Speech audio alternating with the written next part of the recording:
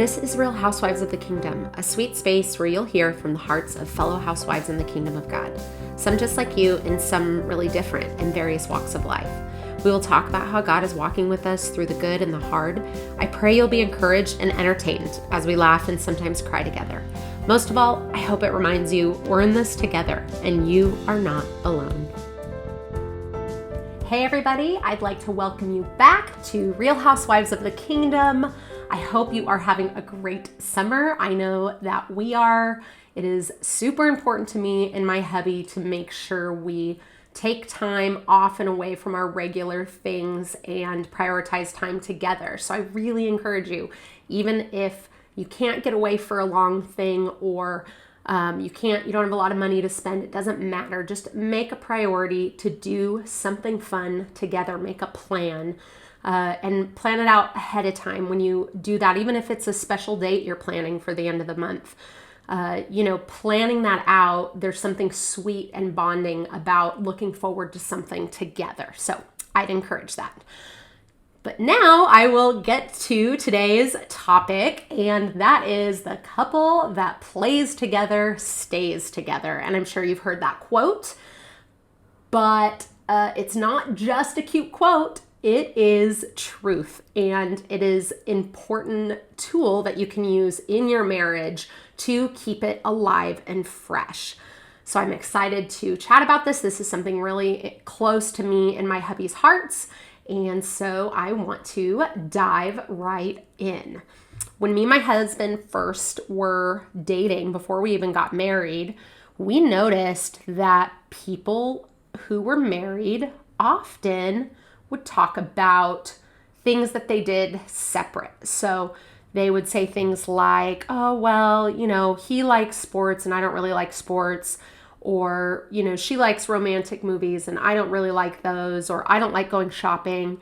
It kind of just put a little check in our spirit that we noticed that once people were married, and we didn't notice it as much with people who were dating. So once people were married, they were kind of splitting off. It's like when you are dating, you do everything in your power to show the other person, hey, look, I'm like you. We're so similar. We have so many things we like to do together because you want to get married and you want to be together and you're in love with the person. And then once you get married, all of a sudden you're noticing all of these things that you're not alike. And instead of trying to get beyond that and still bond, people often in society lean towards this norm of this kind of split off once you're married. The other thing we noticed is when we would go to people's houses for dinner who were married, they would often split off. The husband would pull the other men away to somewhere different to show them something, and the women would pull the other women away. And we talked about this too. We talked about this while we were still dating. We were like, I told him one day, I was like, I don't like this. And he's like, I don't like it either. And so even before we were engaged, we made a pact. We were like, when we get married, we don't want to do this. We want to do things together and we want to enjoy things together. We don't want to stop dating each other. We don't want to stop trying to enjoy each other and the things that each other likes to do. So, impress each other. We still like to impress each other. So we noticed that there were friendships that were kind of causing us to be separate from each other, spend more time away from each other than together, whether it was while we were hanging out with another couple or whether it was separate from each other, activities and things, invitations to things, that we would make those friendships bottom of the priority list because we really wanted to make sure that we were prioritizing our marriage. The Bible is really clear about the fact that it goes God first, then your spouse, then if you have kids, your kids come next, and then after that is everything else, career, ministry, and friends. All of those things fall below the importance of your marriage. So we really loved, so in Matthew 19:4-6, Jesus says, and he answered and said to them, have you not read that he who made them at the beginning made them male and female, and said, for this reason a man shall leave his father and mother and be joined to his wife, and the two shall become one flesh. So then they no longer are two, but one flesh. Therefore, what God has joined together, let no man separate. And we felt like those words that Jesus said were pretty important, and that we were becoming one, and we wanted to make that a priority in our marriage. And I think that society has painted a picture showing that it's just how it is, that's just how a man is, that's just how a woman is, that's just how marriage is. And I think, it's easy to fall into what society's saying, but it's definitely a reason that I think leads to drifting in marriages. And I think it's a reason why right now, so in the US as of 2020, 50% of marriages ended in divorce. 50%. And I doubt that those people who got married were like, oh yeah, I'm getting married because eventually I'm going to get a divorce. I mean, I'm sure not a single one thought that or hoped that. You don't have to follow along with society. I assume if you're getting married, you would like to stay that way. And you can want something, but unless you put intentionality behind it, it's not going to change. You can say, I'm getting married and I want my marriage to be good.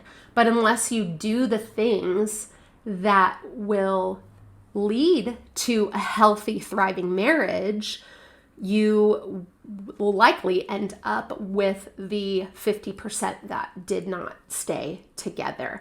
And that's sad. And it's one thing, I'm, as you know now already, I am super passionate about marriage and encouraging marriages because I don't think marriage is hard. I just think it takes intention. So I believe that if you put intentionality behind your marriage to want it to be together and use the tools that God gives you in your marriage, that you can have a marriage that is fulfilling and joyful and all the things that God called and created marriage to be. And this is just one way we chose to be intentional about the health of our marriage. And one of the things, so just to give a few examples of things that we did to kind of do together that were kind of societal norms. Let's take action movies, for instance. I liked action movies, okay. But when we got married, I would say that if I had to pick, I would have picked the romantic comedy or, maybe the drama is just kind of where I leaned personally. But my hubby loves action movies. And when we kind of were talking about these things of like wanting to do things together, I didn't want him to go to a movie with his guy friends and me to go to a movie with my girlfriends and us not get to experience it together. And so we both began, and I feel like we both did it at the same time, but we both began to do what the other one wanted to do. So we would take turns picking movies. If he wanted to go to an action movie, we'd go to an action movie. If I wanted to go to a romantic movie, he'd go to a romantic movie.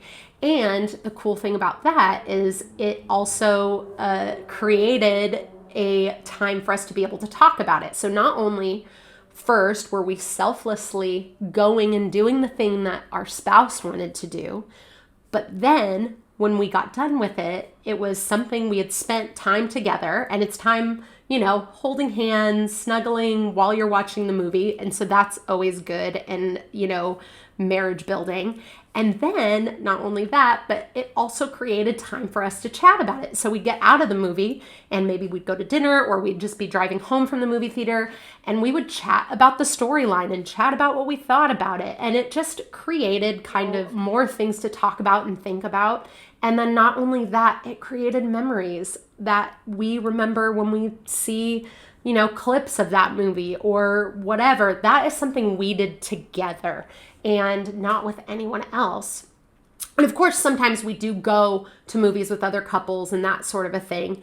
And I have gone to movies with my mom or my sisters or friends, and he has gone to movies with guy friends, but generally it's because one of us has something else that we're doing. So I have a baby shower or a bridal shower or, something that he wouldn't necessarily go to. But the point isn't necessarily that you're doing, that you don't ever go out and do things like that. It's that the majority of the time you are spending time together, and that you're not falling into the lie that you can't enjoy something he enjoys. Another thing that we did.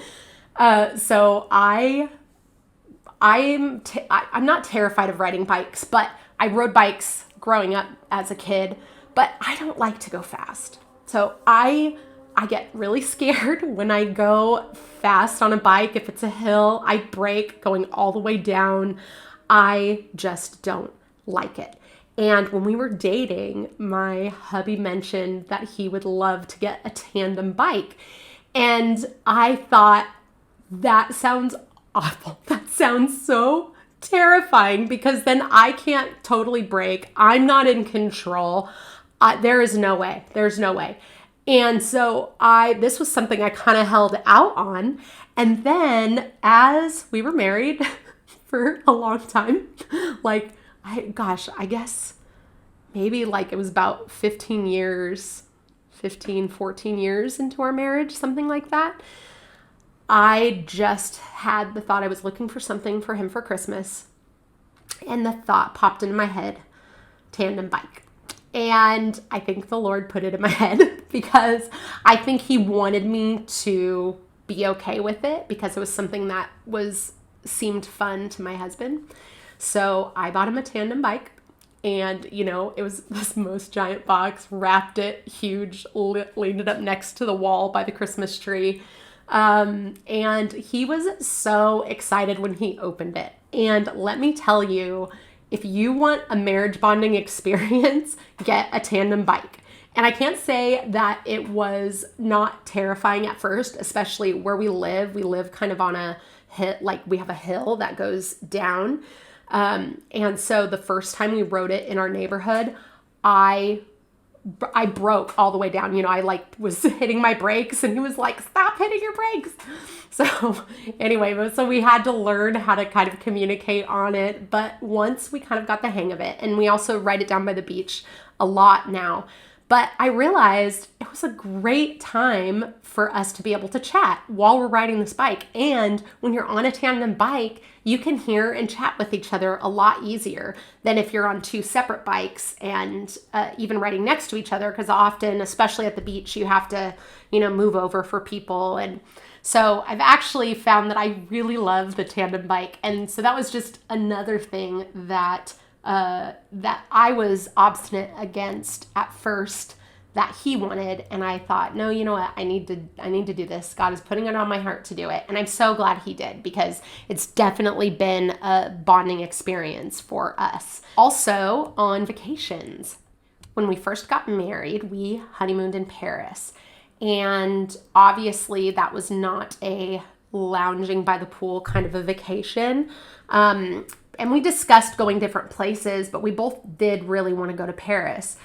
Now, my husband is a redhead, so the sun doesn't agree with him as well as it does me. So, I grew up with a pool in my backyard. I like lounging by the pool. I like tanning. I know that's terrible, but I like all of that stuff. But my redheaded, fair-skinned husband, those kind of activities could be dangerous for him. And it doesn't mean he doesn't do it, but he just has to be a little bit more careful. And we landed on going to Paris, which is super exotic and wonderful. And we explored. That's what we did the entire time. We did do a couple little tours, but for the most part, we walked and we talked and we ate and we just took the city in. And I loved every minute. And so I fell in love with adventuring. And that is what my hubby loves to do on vacation. Now, I still like to lounge by a pool every now and again, and he knows that. And so he makes sure to make time for that kind of thing for me. So we love going on cruises, and he'll sit with me on the deck chairs. I love sitting in the little deck chairs, like on the level where they have like the running track that face out. There's these like vintagey wooden chairs on the Disney cruise ship that I love. We've been on a couple Disney cruises and they're amazing. And I love sitting on those chairs and just like watching the ocean, which is great because it's not out in the sun, so it's good for my husband's skin. But it's hard for him. It's not easy for him to sit there. He loves to get out and do stuff. Let's go do an activity. Let's go take a class. Let's go do something. And I know he loves that, but he also knows I love the relaxing side. And while I know there are many couples who choose to divide and conquer on a vacation, if someone likes to go do something and do activities, often I hear of wives who still sit by the pool and read a book while their husband goes and does the activity he wants to do. And it's just not how we've decided to do our marriage. We don't do that on vacation. We always do everything together. If we're going on a vacation together, we do things together because that's what it's for. And it's not that we don't have our preferences. It's just that we've learned to enjoy each other's preferences. And now, we've been married almost, next month, we'll have been married 19 years. And, over the years, implementing this in our lives day in, day out, and on vacations and when we go and do things, now we do really enjoy doing the thing the other person loves doing. And part of that is because we love making each other happy. And so there's just this piece of that not only cultivates togetherness, but it also demonstrates a selfless heart to your spouse and to their happiness, which is awesome. In Mark 9:35, Jesus said, he sat down and called the 12 and said to them, if anyone desires to be first, he shall be last and of all and servant of all. So that is Jesus' example. And I think it's funny because I think that people often use this scripture about Jesus saying the last shall be first and the first shall be last, and talks about serving people. So many times our spouse is the last person that we think about serving, when in fact, our spouse is the first person God calls us to serve on this earth. It is our number one ministry that we do first and foremost. And so it's interesting because I think the enemy just kind of has a heyday and gets us distracted, and we think about serving other people. And, just because we love our spouse and we know they love us, sometimes they get the shaft. And it's just, we're all human. We all make mistakes, but it's something to be cognizant of because we don't want them to get the shaft. We want them to be served. We want them to be the first person that we serve day in, day out, because that was Jesus' example to us. Now, when we were first married and started implementing this wasn't necessarily the easiest thing. As you can imagine, anytime you begin something like this where it directly goes against kind of the enemy's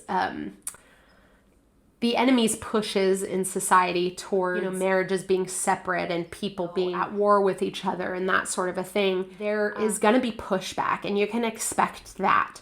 So when we first got married, I remember, we have a lot of friends who were still single. I mean, I was 19 when I got married. So We had a lot of friends who were still single, and I had a lot of girlfriends who would have these sleepovers, like, oh, we're all hanging out, and we're all doing sleepovers. Well, once I was married, well, first of all, I was like, I don't want to sleep at your house. I want to sleep with my husband.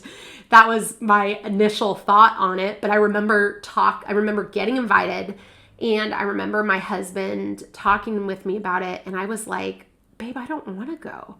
And he was like, okay, you don't have to go. And I was like, I don't want to do things like that. And he said, well, you could always go for a couple of hours and then come home. There's options like that. But that is another thing, is that we don't do the away nights unless it's absolutely required. It's just another thing we've chosen to do that feeds into our marriage.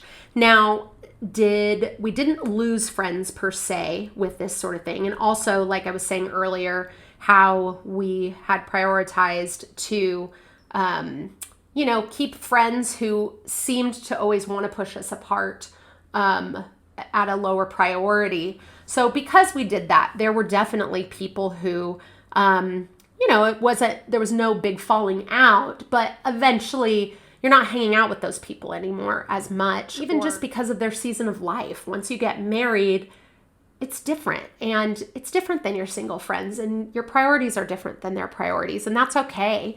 And it doesn't mean that you're not a good friend. It just means that life is different and your priorities have changed. We definitely saw, though, the people who would continually invite us separate, and as we kept, oh, no, thank you, but, would you guys want to come over to our house, for dinner? Or, we would give another option to try to spend time with these people, but often they were just very focused on the same thing they'd always done, which was hanging out separate and that sort of a thing. I want to encourage you that if this is something that you really start to implement, that you will likely get some pushback from people, and people will likely say, you're not a good friend, or that sort of a thing. And the enemy might whisper that lie to you, telling you you're not a good friend.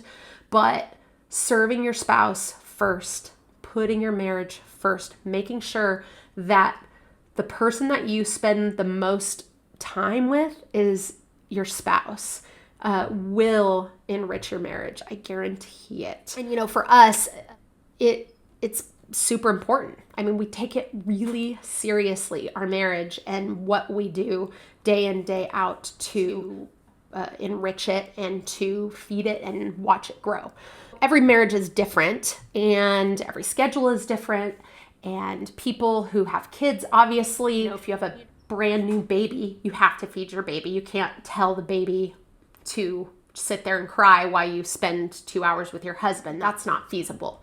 But once that baby passes that stage where they absolutely need you all the time, your priority absolutely should be your spouse. Just work within your schedule. So whatever your schedule might be, and different times have been different for me and my hubby. Like, for the last few years, he's actually worked at Disney Imagineering, and so he had a normal mostly normal schedule where he was working Monday through Friday. And that was the first time we'd ever had that in our marriage. When we were first married, we worked together. So not only did we try to make sure we spent our free time together, but we also worked together, which we loved. And I know not everybody loves that, and that's okay too, but we loved it. We've gone through different seasons, so like the last few years with him being a regular schedule and being gone more often, first of all, it was even more priority for us to say, okay, we're going to make sure we spend this day together. Sunday's our day together, or whatever. We're going to make sure we go do something just us, not booking out the weekend with loads of activities that include lots of other people, before we make sure that every week we spend time together alone, that we do something marriage building together. So just work with your schedule, whatever it may be.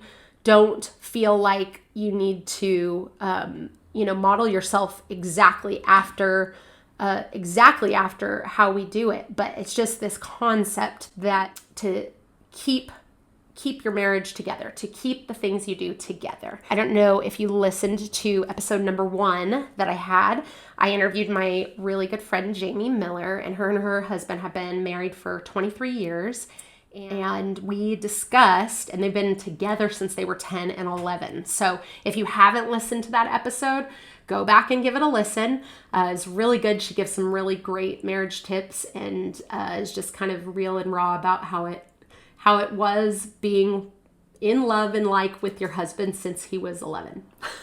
But anyway, she and I talked about how we change as people. So many people, they split their marriage because they say things like, oh, well, he's not even the same person he was when we got married, or I'm not the same person I was. And that's true. I mean, we grow and change all the time. We're always growing and changing. And that's a good thing.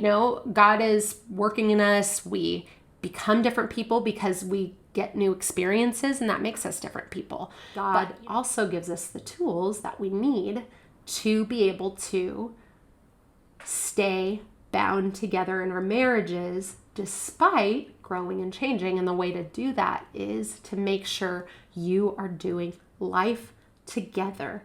You don't want to wake up after you're retired and look at your husband and go, I don't know him. I don't even know who he is. And think, gosh, I don't even, or, when your kids move out, life changes. And we go through life changes all the time. We don't have kids, but I have 3 younger siblings who were still kids when we got married. And now they're grown, some of them married, kids, and life is different. I mean, life is different than it was when my husband and I got married.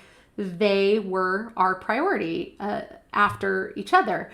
We did a lot of things with them. We saw their soccer games and their volleyball games and spent time with them because that was important to me. And I told my husband that was important to me. And he did his best to make sure that was our next priority. And I'm glad we did it. Now they're married and they have their own priorities and they have their own families, and I'm not their priority. And that's okay. But life changes. Our schedule has changed. The priorities have changed. So just making sure that you prioritize your time together with your spouse can be a huge, huge asset in making sure that as you change, because you will change, that you change together. And kind of like I said before, there will be events that you don't do together. For instance, my husband, he likes doing woodworking stuff. He has a little workshop in our backyard. He loves building things and he loves doing that kind of stuff. I'm doing this podcast and I love encouraging marriages and doing that kind of stuff. And he obviously encourages marriages with me as well. But we do have some things that we do a little different. Or when he's out doing yard work, I'm generally inside cleaning the house or working on things I need to work on the computer or doing our bills or whatever it may be. So there are going to be times where he's doing something and you're not doing it with him, or you can't do it with him. And there's nothing wrong with that. But you just want to make sure that the amount of things that you're doing apart doesn't supersede the amount of things that you're doing together. If you're looking at your marriage and you're thinking, man, I've spent loads of time with my friends, with the kids, doing all these activities, but I can't remember the last time I sat down and had a conversation with my husband, I would really, really encourage you to just sit down and make it a priority. I would say this week I would encourage you to sit down with your spouse. And if you've never had this conversation with your spouse, I would really encourage you to sit down and have this conversation this week. Pray about it first. And I can't tell you that it's gonna go great, because it gets comfortable when you start to do things separate. It gets comfortable. You kind of get into a groove of things. And so you definitely, if this is something, if you want to enrich your marriage with this tool, I would encourage you to first pray about it. Pray that God would, go before you, soften your husband's heart as you talk to him about it, and say, hey, I'd love to do more things together. You can say, hey, next time you're watching a game, I'm going to sit down and watch it with you. You don't even necessarily have to discuss it with him first. I mean, you could sit down and do something with him and get to know the things he loves. If you don't already know the things he loves, get to know them. And I think it's just the juxtaposition of how much time is spent apart versus together. So if he watches one game a week for 1 hour while you are, playing with your kids or doing something, or you're going to get a manicure or something, that's really not that big of a deal. But if he's spending hours and hours a week away doing that, or even golfing, whatever it may be, I would really encourage you to try and do something that he loves to do. And in the initial, if you want to have this conversation and bring up the fact that you'd love if he came and did stuff with you, you might need to lead the charge. It might not come easy, especially if you're used to doing things different. But I do believe that this will greatly encourage your marriage. And I think that the uncomfortableness or the kind of adjustment period that you might feel as you kind of work towards this, which I guarantee you there will be pushback somewhere, because the enemy doesn't want this. God created marriage to mirror his love for the church and what he did for us, his bride. So anytime you prioritize your marriage, the enemy's going to attack you. The enemy's going to give pushback. And I would just resist the temptation to fall into the societal responses of, oh, that's just how it is. That's just how marriages work. Because, I mean, if you want a marriage like society has, then do marriage like they do it. But if you want a marriage like God designed, one that brings you joy and that brings you fulfillment, then I would really encourage you to have this conversation with your spouse and talk about what things you could do together that you could learn to like the things that they like, and they could maybe learn to like the things that you like. So that is my heart for this episode. I know it is kind of an odd thing, and definitely my husband and I have gotten people are like, oh, you guys are crazy. You do everything together. I like my time apart.